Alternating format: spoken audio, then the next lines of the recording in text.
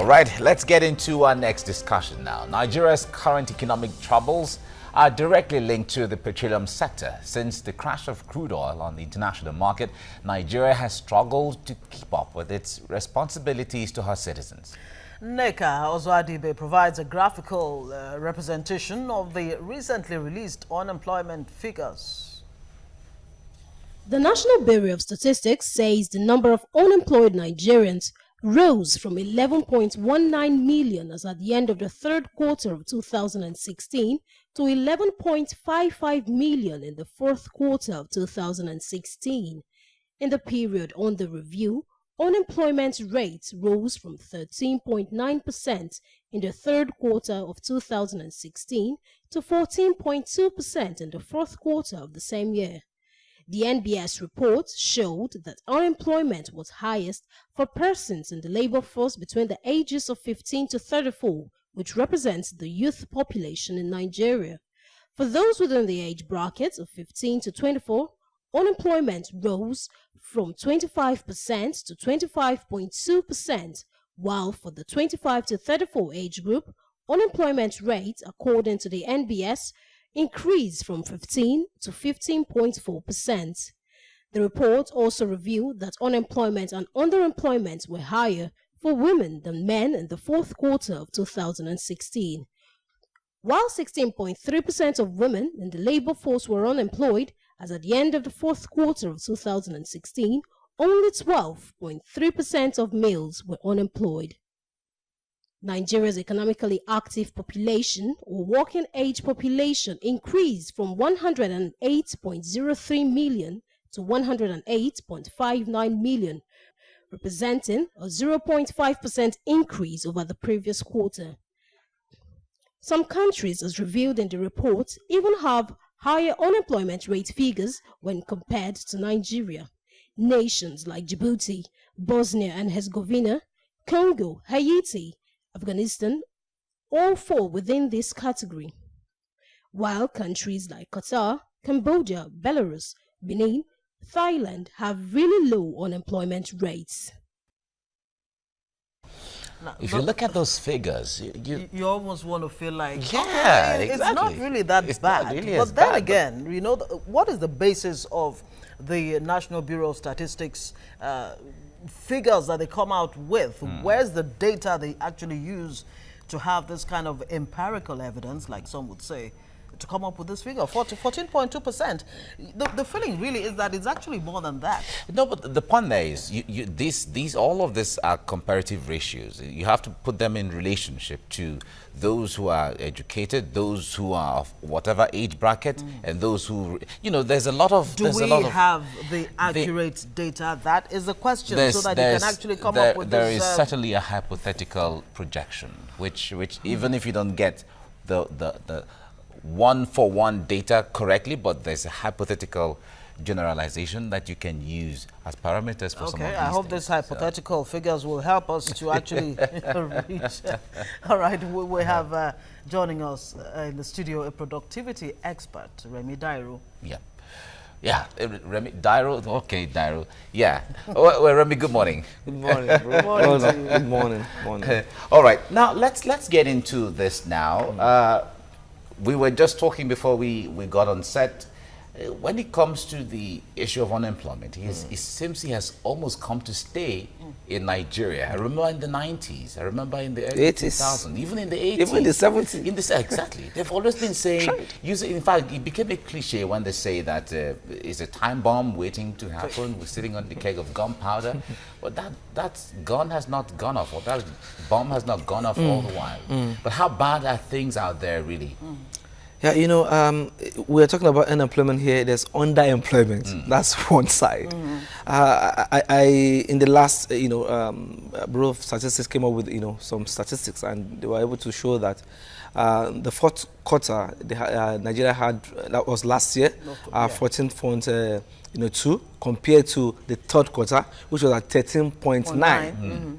That means it's increase. They don't even enter into this year, 2017 and all that. What I'm trying to say, the bottom line of unemployment is the kind of education.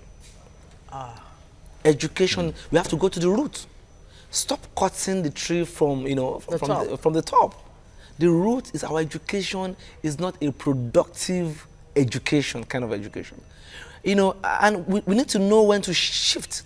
Now, when the whole system of education we are using started when the white men were going, and then we need to raise our own, you know, character to fix in all those areas and all that. So those days when we go to school, go to school so you get a good job.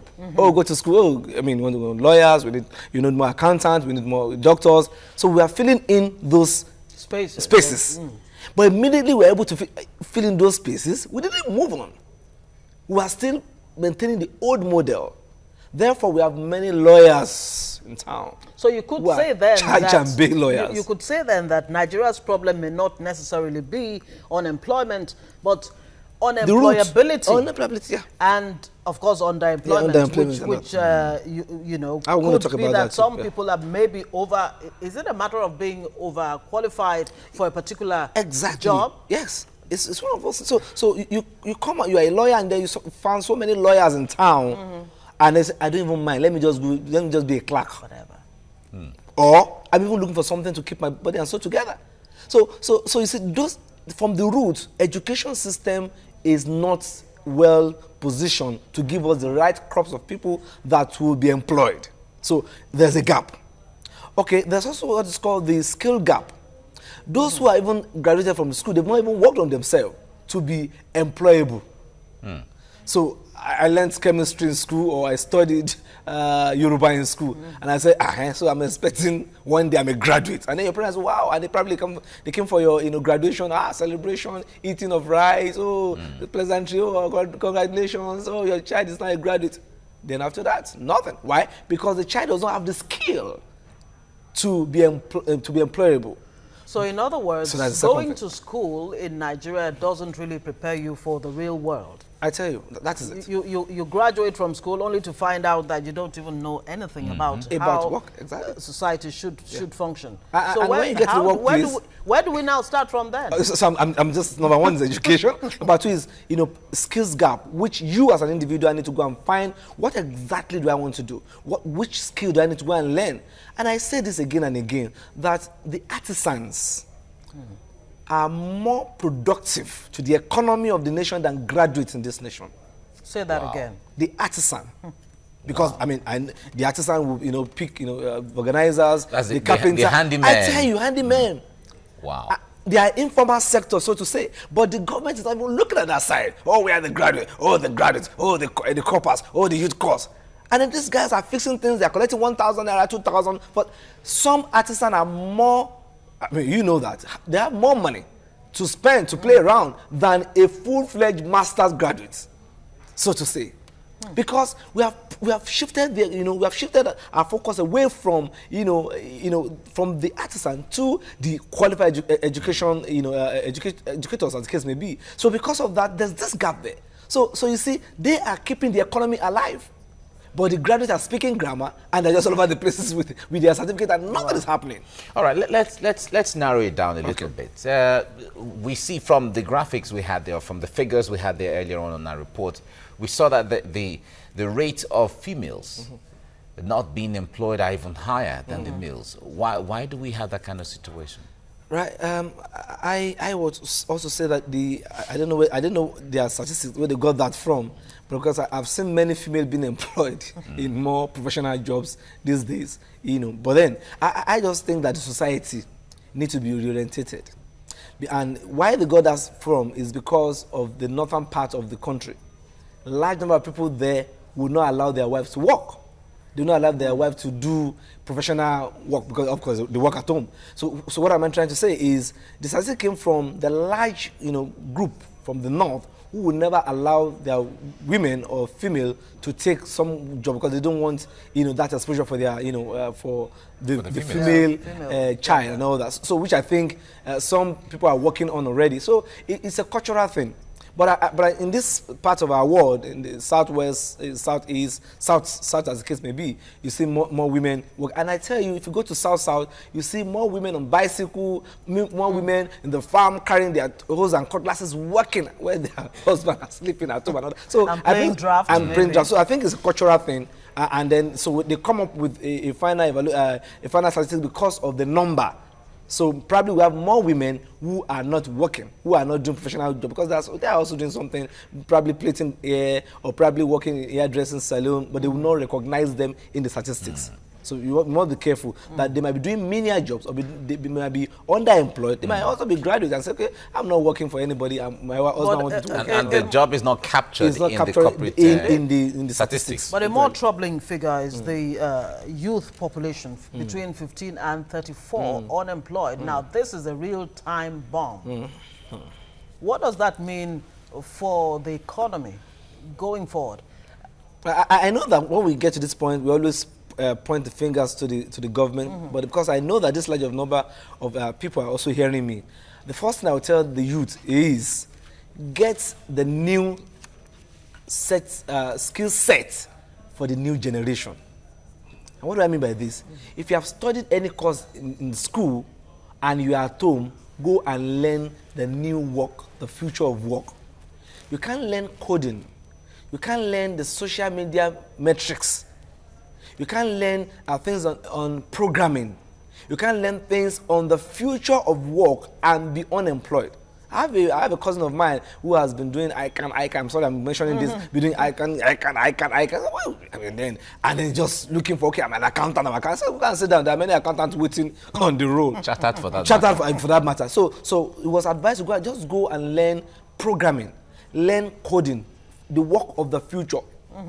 Application, apps, and all that. So this guy went to do, website design, learning coding, learning program, and all that. He had 4 jobs waiting. Look at that.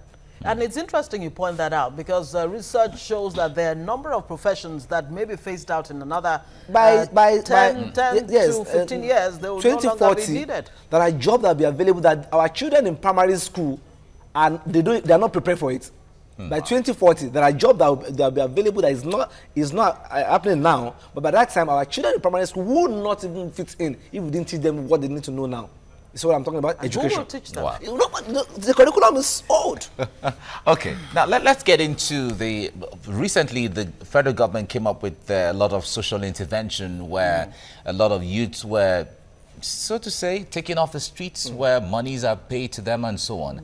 How does that really help when we're talking about reducing the rate of unemployment? See, anytime you see, I'm not talking about any government now, anytime you see government pushing money to do, use this, use that, this person is doing this, most of the time it's PR.